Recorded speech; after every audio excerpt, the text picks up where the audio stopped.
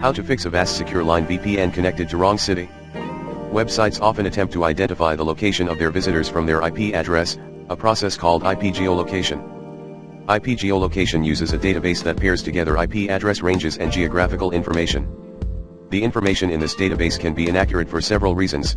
Avast does its best to provide accurate information to the IP geolocation databases, but the database providers may take extra time to update the location. The website may be using an outdated version of the geolocation database.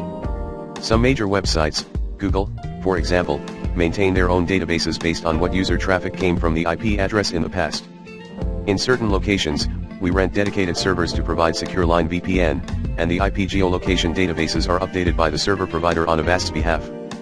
Because Avast is a Czech company, these providers may indicate the location as Czech Republic. When this occurs, we work with the providers to update the information with the correct locations of our servers. Last but not least, try disconnecting your PC from Avast SecureLine VPN server and try reconnecting later.